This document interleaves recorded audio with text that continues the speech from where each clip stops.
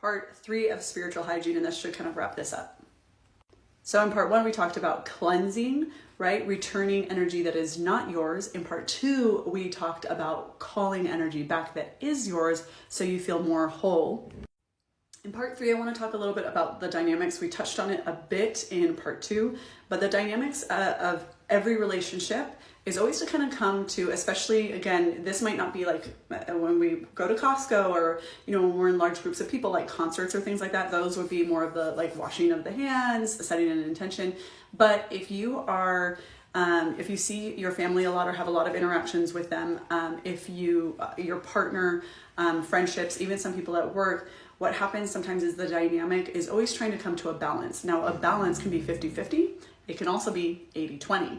So understanding that some of this cleansing and calling back is to create more balance. When you do that with people, say, for instance, that before you go to your, let's say to your parents' house, and you notice there's always like, your mom's always trying to tell you what to do, or your dad's always trying to like, give you advice, and you're always like, oh, I'm a little resistant towards that.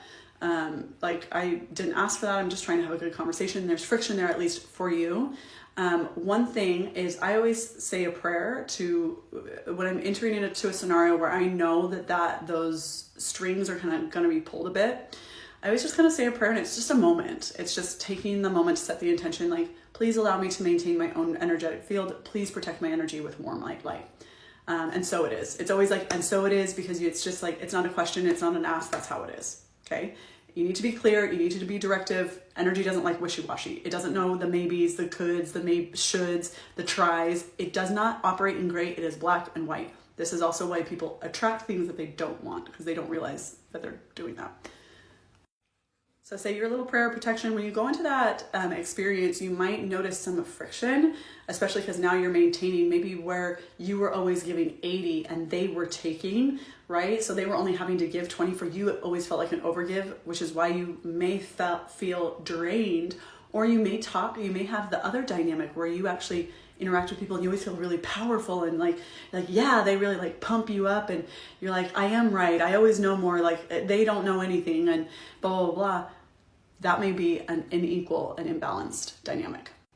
When it's imbalanced like that, when you start to balance it or hold your own energy, you may notice some friction coming up for them.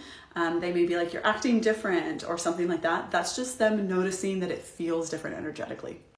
Don't take it personal. And then afterwards, again, you're going to do the same thing. I release any energy that is not mine and move on. Don't fester on it. Hope this helped.